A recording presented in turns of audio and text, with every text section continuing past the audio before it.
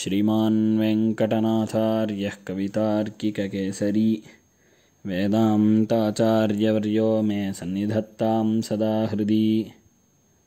சுதர்சனாஷ்டகத்தில் 3வது ஸ்லோகம் இன்னைக்கு பார்க்க போகிறோம்.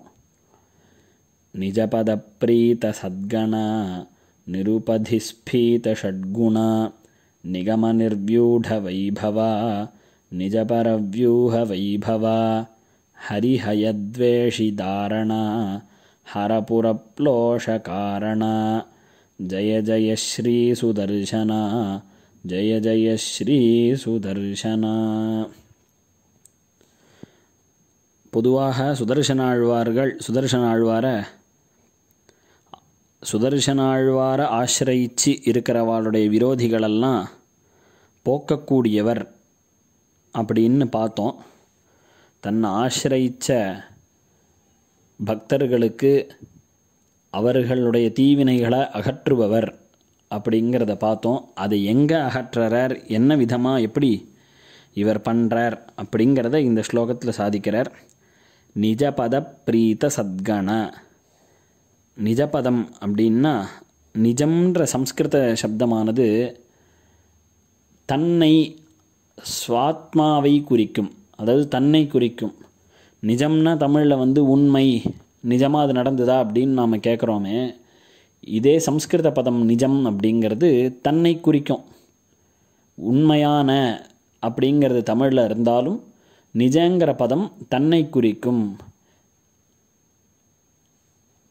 அப்போது நிஜ பதம் அப்படின்னா தன்னுடைய திருவடி தாமரைகளை, தன்னுடைய அதாவது சக்கரத்தாழ்வாருடைய திருவடிகளை பிரீத்தர்கள், தன்னுடைய திருவடிகளில் யார் பிரீத்தர்களோ, சக்கரத்தாழ்வாருடைய திருவடிகளில் யார் பிரீத்தர்கள்னால் பக்தி செய்கிறார்களோ, பக்தி பண்ணுறவாளுக்கு பக்தி பண்கிறவர்களை சத்கண கூட்டமாக வச்சு கொண்டு இருக்கிறவர் அப்படிங்கிறது தெரியறது. அதாவது தன்னுடைய திருவடிகளில், சக்கரத்தாழ்வாருடைய திருவடிகளில்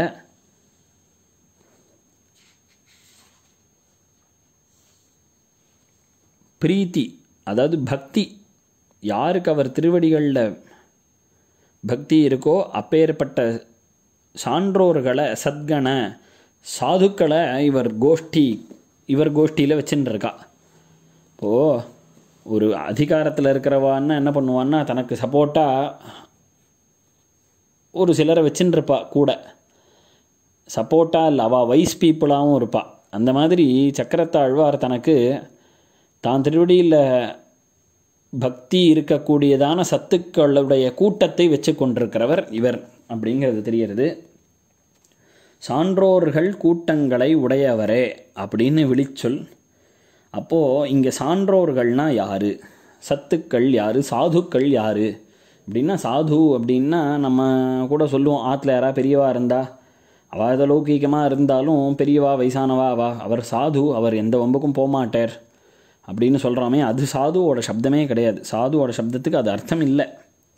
அப்போ சாதுன்னா யார், சத்துன்னா யார் அப்படின்னா வேதத்திலேயே அதுக்கு நிர்வச்சனம் இருக்குது.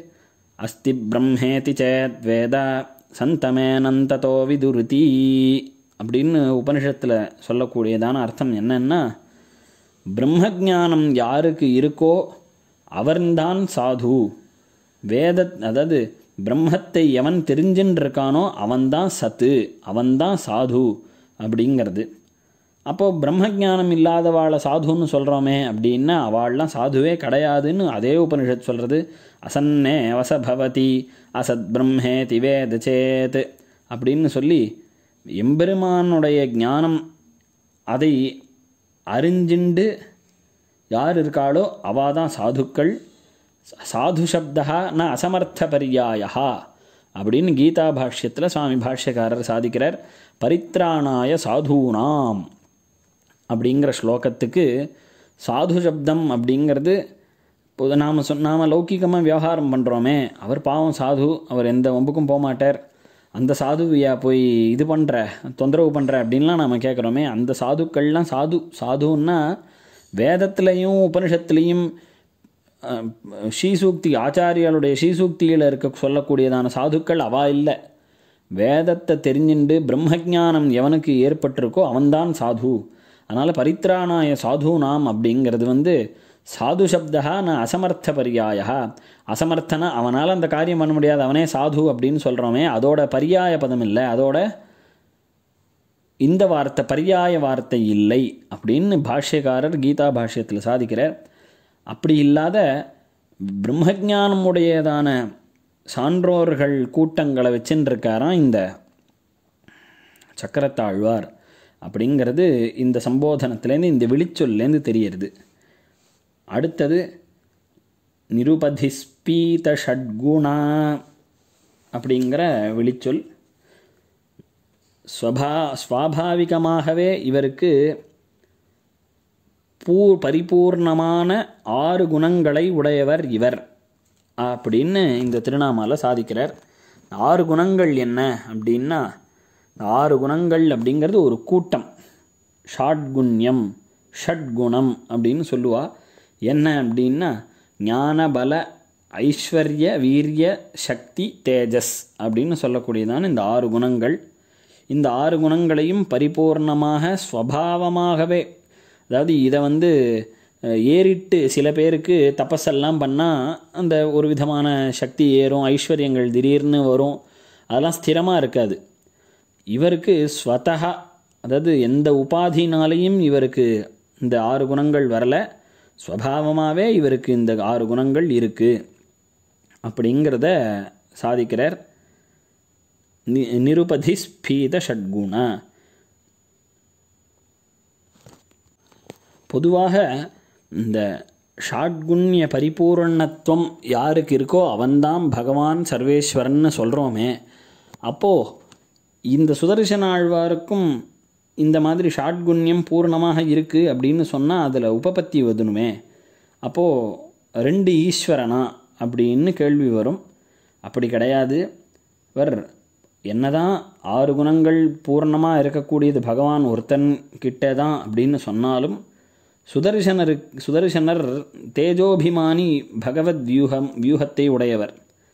பகவானுடைய அபிமானத்தினால, பகவானுடைய அனுகிரகத்தினால பகவானுக்கு வியூகாவதாரங்கள்லாம் ஏற்படுறச்ச இவரும் கூட இருந்து நித்திய சூரியா கைங்கரியம் பண்ணுறதுனால இவருக்கும் அந்த ஷாட்குண்ய பூர்த்தி அப்படிங்கிறது இருக்குது.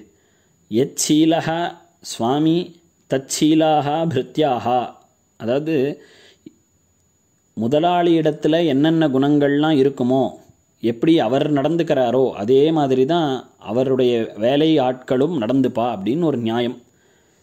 எந்த நன்மதிப்போட ஒரு முதலாளி ஒரு கம்பெனியில் இருக்கக்கூடிய ஸ்டாஃபை ட்ரீட் பண்ணுறாரோ அந்த அளவுக்கு இவாளுக்கும் அந்த அந்த முதலாளிகிட்ட இருக்கக்கூடியதான நற்பண்புகள்லாம் இவாளுக்கும் வரும் அப்படிங்கிறது ஒரு நியாயம்.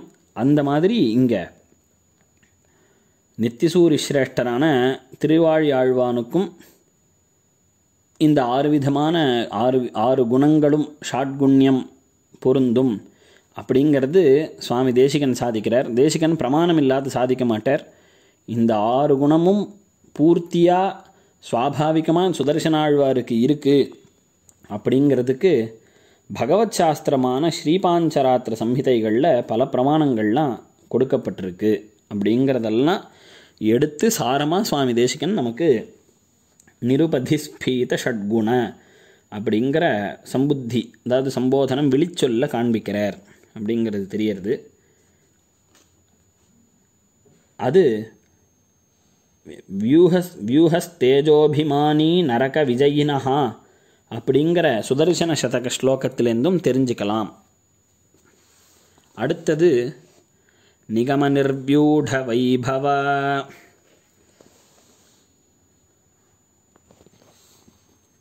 நிகம நிர்வியூட வைபவ, நிகமங்கள் அதாவது வேதத்தினால ஸ்தாபிக்கப்பட்ட வைபவத்தை உடையவர் இவர்.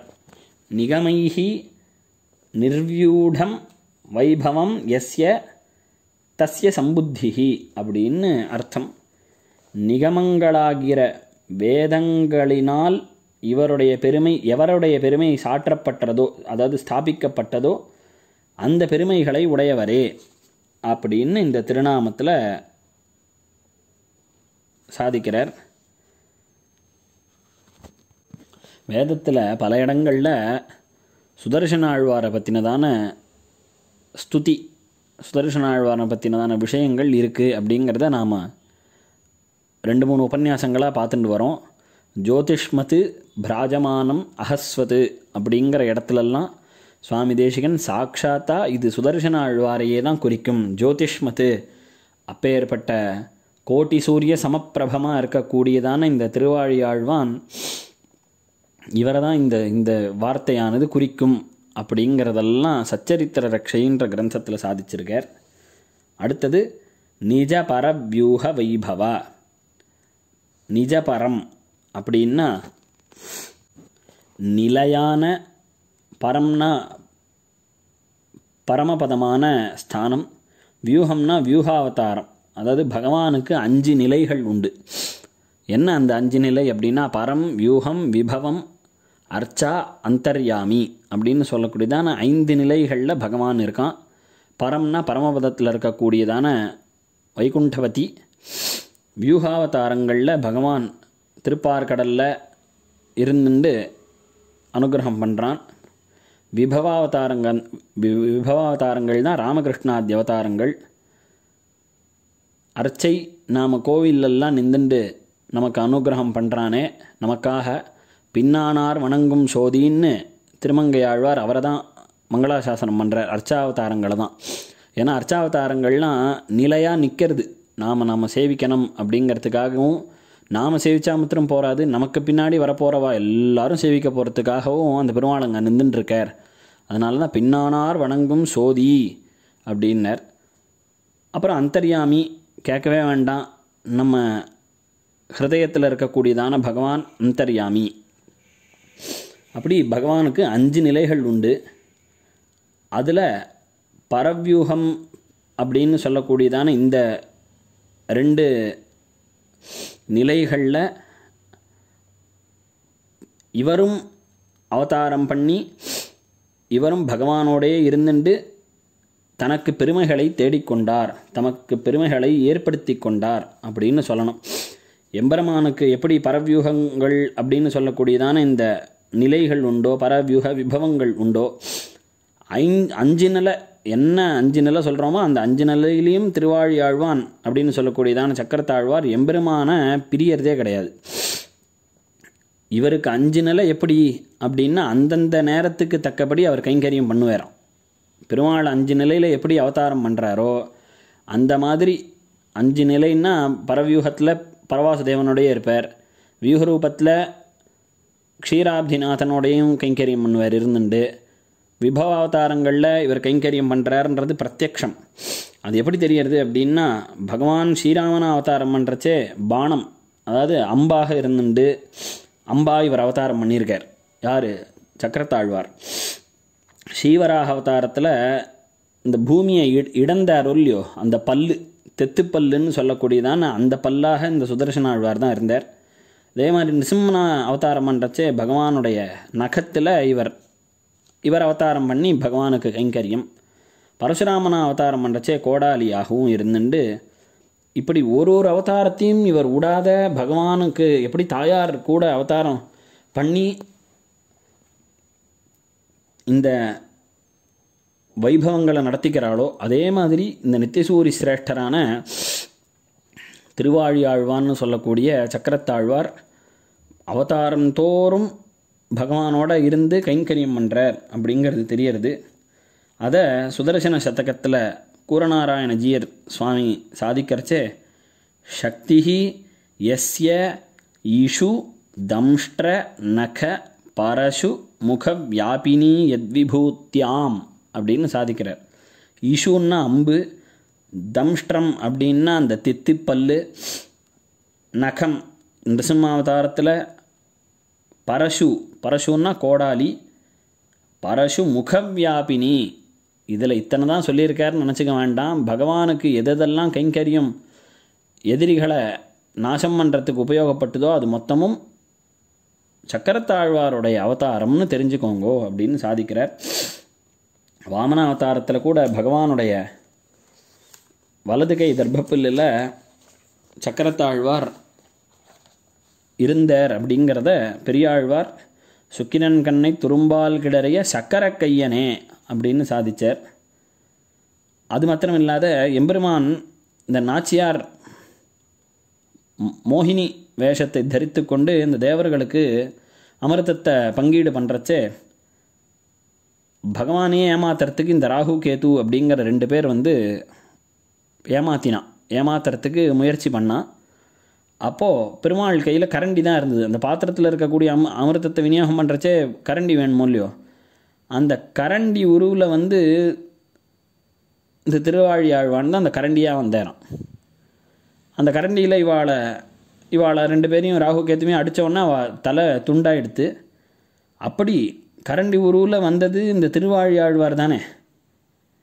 அதனால தான் இந்த இவ்வளோத்தை நினச்சிண்டு சுவாமி தேசிகன் நிஜ பரவியூக வைபவா, பகவானுக்கு நிலையான பரம் என்ன, வியூகம் என்ன, விபவம் என்ன, இதில் எல்லாத்துலேயும் என்னென்ன வைபவங்கள் உண்டோ அது மொத்தமும் கைங்கரியம் பண்ணுறதுனால பகவானுக்கு இந்த சக்கரத்தாழ்வாருக்கு ஏற்படுறது. இவருக்கும் அதே வைபவங்கள் உண்டு அப்படின்னு சாதிக்கிறார். ஹரிஹயத்வேஷி தாரண. அடுத்தது அமிர்தமதனம் பண்ணுறச்சே திருப்பார்கடல்லேருந்து ஒரு குதிரை தோன்றியது. உச்சைஸ்ரவஸ் அப்படின்னு பேர். அந்த உச்சைஸ்ரவஸை பகவான்கிட்டயே பிரார்த்தித்தான் இந்திரன். நான் இதை வாகனமாக எடுத்துக்கிட்டோமா, நீர் எனக்கு அனுகிரகம் பண்ணுமே அப்படின்னு சொல்லி இவன் பிரார்த்தித்தான். பகவான் உடனே அனுகிரகம் பண்ணிட்டார், இந்த குதிரையை நீயே வச்சுக்கோப்பா அப்படின்னு. இதனால் அவனுக்கு ஹரிஹயன் அப்படின்னு பேர். ஹரிஹயன்னா, ஹரின்னா பச்சை கலருக்கு ஹரிதம் அப்படின்வா. ஹயன் அப்படின்னா ஹயத்தை உடையவன். ஹயம்னா குதிரை. அப்படி பச்சை குதிரை அப்படின்னு தமிழ் இலக்கணங்கள்லாம் இருக்கிறதா வியாக்கியானத்தில் சாதிக்கிறா. பச்சை குதிரைன்னு தமிழ் இலக்கியங்கள்லாம் இருக்குது. அப்படி இந்த குதிரையை இவன் எம்பெருமானுடைய அனுகிரகத்தினால இந்த குதிரையை இவன் வாங்கிண்டான். இந்திரனுக்கு எந்தெந்த எதிரிகள்லாம் இருந்தாலோ, அசுரர்கள், ராட்சசர்கள், எல்லாரையுமே இந்த இந்திரன் எப்படி எதிர்கொண்டான் அப்படின்னா, சக்கரத்தாழ்வாரை போய் நமஸ்காரம் பண்ணி அவருக்கு ஆராதனங்கள்லாம் விசேஷமாக பண்ணி அவர்கிட்ட சரணாகதி பண்ணி அவர் இவன் பண்ண சரணாகதிக்கு ஹெல்ப் பண்ணுறதுக்காக இவனுக்கு எதிரிகளாக இருந்த அசுரர்கள், ராட்சசர்கள் இவாளெல்லாம் பிளந்து எரிஞ்சார் அப்படிங்கிறது இந்த திருநாமாவில் தெரிகிறது. ஹரிஹயத்வேஷி தாரண. ஹரபுரப்ளோஷ காரணா அப்படிங்கிறது அடுத்த வெளிச்சொல். இங்கே ஒரு சரித்திரம் நாம் தெரிஞ்சுக்கணும். அதில் சக்கரத்தாழ்வாருடைய பெருமை விசேஷமாக இந்த சரித்திரத்தில் தெரிய வரும். புன்றதேசம் அப்படின்னு ஒரு தேசம். அந்த தேசத்தில் வாசுதேவன் அப்படின்னு ஒரு ராஜா இருந்தான். அவள் அப்பா அம்மா அவனுக்கு நல்ல பகவானுடைய திருநாமமான வாசுதேவன் அப்படிங்கிற பேரை வச்சா. அதனால் புன்றதேசத்து ராஜாவான வாசுதேவனுக்கு பவுண்டரங்க வாசுதேவன் அப்படின்னு பேர். அப்போது அவன் என்ன பண்ணான், ராஜா ஒல்லியோ பகவானுடைய திருநாமா வச்சதுனால அவன் என்ன பண்ணான், எல்லாரும் என்னை சேவிங்கோ, எல்லாருக்கும் நான் தான் இனிமேல் பரமாத்மாவான வாசுதேவன் நான் தான் அப்படின்னு அவனே சொல்லிட்டான். அவன் முதல் தன்னை சொன்னதுக்கப்புறம் இதுங்க மீதி கீழே இருக்கிற அடிவருடிகள் எல்லாரும் போய் நீ தான் பரமாத்மாவான வாசுதேவன், நீ தான் எங்களெல்லாம் காப்பாற்றணும் அப்படின்னு அவனை கீழே தள்ளுறதுக்கான வழி அவனை அப்படியே மேலே உச்சத்தில் கொண்டு வச்சுதுங்கோ. அப்போது அவன் என்ன பண்ணான், அவன் சரியான மடையன். அவன் என்ன பண்ணான், இவாள்லாம் சொல்கிறதெல்லாம் சரிதான் போல இருக்குது, நாம தான் பரமாத்மா வாசுதேவன் அவனுக்கே ஒரு எண்ணம் வந்துடுத்து. அப்போ என்ன பண்ணால், மரத்தினால சங்க சக்கரங்கள்லாம் வாசுதேவன் கண்ணன் எப்படி சங்க சக்கரத்தெல்லாம் தரிச்சுண்டு கருட வாகனன் ஆக இருக்கானோ அதே மாதிரி நாமளும் இருக்க வேண்டும் அப்படின்னு எண்ணி இவன் மரத்தில் ஒரு சங்க சக்கரம் பண்ணிட்டான். அதே மாதிரி மரத்திலேயே ஒரு கருட வாகனம் பண்ணிண்டு அந்த வாகனத்தில் ஒரு யந்திரம் வச்சுருக்கான் பறக்கிற மாதிரி அதை செட் பண்ணி அது அப்படியே கொஞ்சம் தூரம் மேலே பறந்து அங்கேருந்து கீழே எல்லாருக்கும் அப்படியே அனுகிரகம் பண்ணுற மாதிரி ஷோ எல்லாம் பண்ணிட்டு இருந்தான். என்ன ஷோன்னா, நான் தான் வாசுதேவன், இனிமேல் நீங்கள் எல்லோரும் என்ன தான் வந்து சரணாகதி பண்ணணும், நான் தான் இனிமேல் பகவான் அப்படின்னே ஒரு பிரமையை ஏற்படுத்தினான். அது நாளடைவில் என்னாச்சுன்னா, பெருமாள் மேலேயே இவனுக்கு ஒரு வெறுப்பு. இவன் ஒரிஜினல் ஒருத்தன் இருக்கானே, இவனை நாம் ஏதாவது இவன் இல்லைன்னா நாம் தானே எல்லாம் அப்படின்னு அவன் மேலே ஒரு வெறுப்பாகி